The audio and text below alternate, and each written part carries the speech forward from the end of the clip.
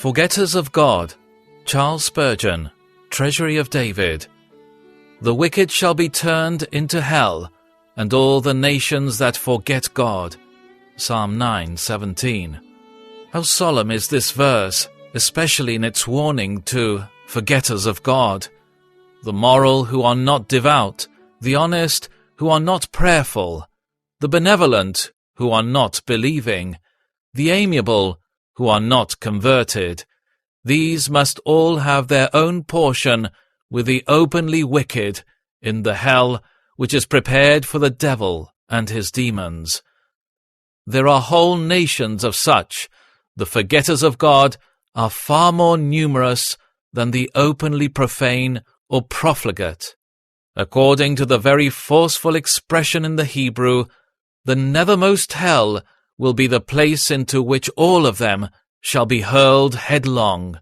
Forgetting God seems to be a small sin, but it brings eternal wrath upon the man who lives and dies in it.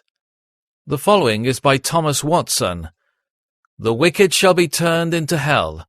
The ungodly at death must undergo God's fury and indignation. I have read of a lodestone which has two corners. With one, it draws the iron to it. With the other, it thrusts the iron away from it.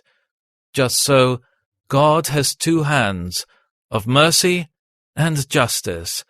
With the one, he will draw the godly to heaven. With the other, he will thrust the sinner to hell. And oh, how dreadful is that place! It is called a fiery lake, a lake to denote the plenty of torments in hell, a fiery lake to show the fairness of them. Fire is the most torturing element. Strabo in his geography mentions a lake of such a pestiferous nature that it scalds off the skin of whatever is cast into it. But alas, that lake is cool compared with this fiery lake into which the damned are thrown. To demonstrate that this fire is terrible, there are two most dreadful qualities in it. It is sulphurous. It is mixed with brimstone, which is stinking and suffocating. It is inextinguishable. Though the wicked shall be choked in the flames, yet not consumed. And the devil was cast into the lake of fire and brimstone, where the beast and the false prophet are, and shall be tormented day and night for ever and ever. Behold, the deplorable condition of all ungodly ones in the eternal world.